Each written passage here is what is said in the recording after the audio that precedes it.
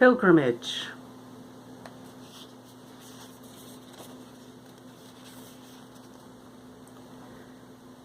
1. The people made a plan. They picked and dried juniper berry seeds. They strung the seeds. Between each seed they tied a concise and symmetrical knot. Each seed was the hope for their journey, each knot the knowledge of their empty belly. When a confluence of two comets flared, they walked into the future that was wide, open, and compelling. 2. The day we drove into Mystery Valley, the air was red from dust, and who can name the color of cold? Our van lurched next to petroglyphs, palms, fingers, and thumbs pressing out from the rock. I do not know if they were waving us on or away.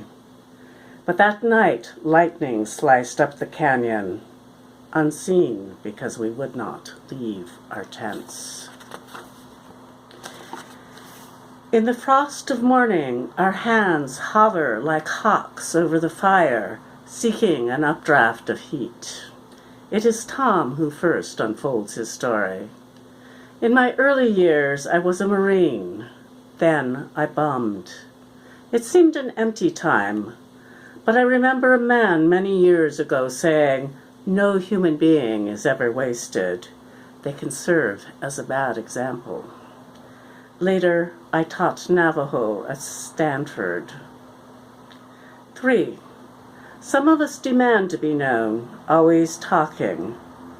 Others unwrap themselves a bit at a time. Midday, we follow tracks of porcupine, desert mice, lizard.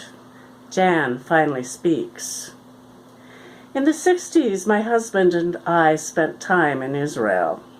Some Sabras invited us to hike to a wadi.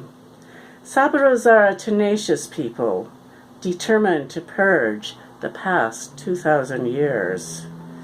Even their children would not complain. Later, they barbecued pork and ate it pink. I think the Lord knew what he was doing when he gave them their dietary laws.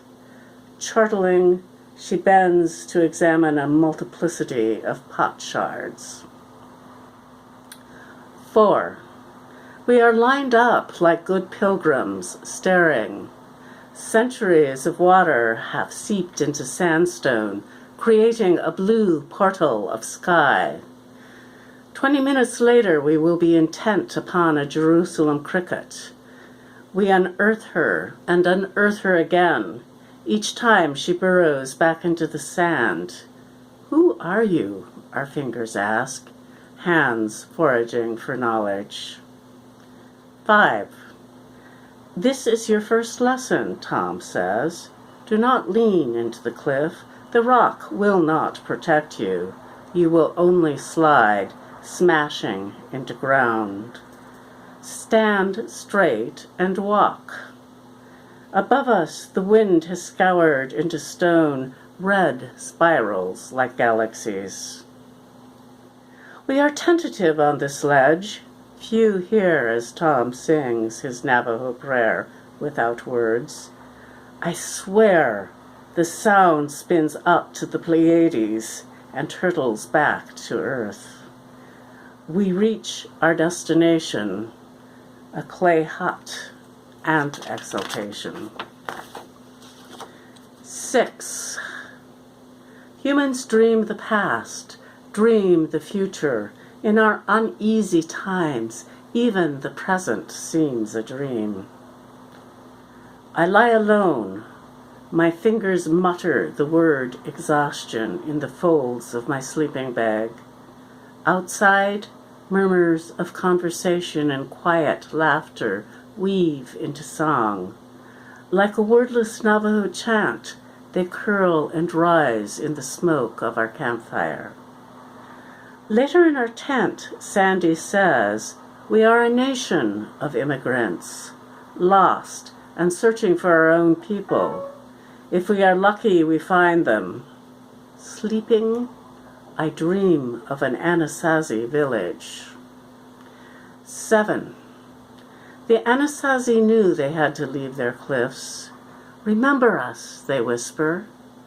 A mother chisels her child's footprint on the outcropping of cliff, the father his hands.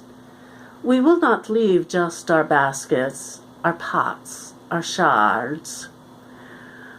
We will not leave the memory of where we ground our corn. Listen. Do you hear the rock? We have sung ourselves into this place. 8. February in Wisconsin. Snow falls. I dream. Golden eagles catch the updraft by canyon walls. Midnight. Owls silently beat air with their wings. The rock is red. Here, in these cliffs, is the imprint of our prayers. October 1998 to February 1999.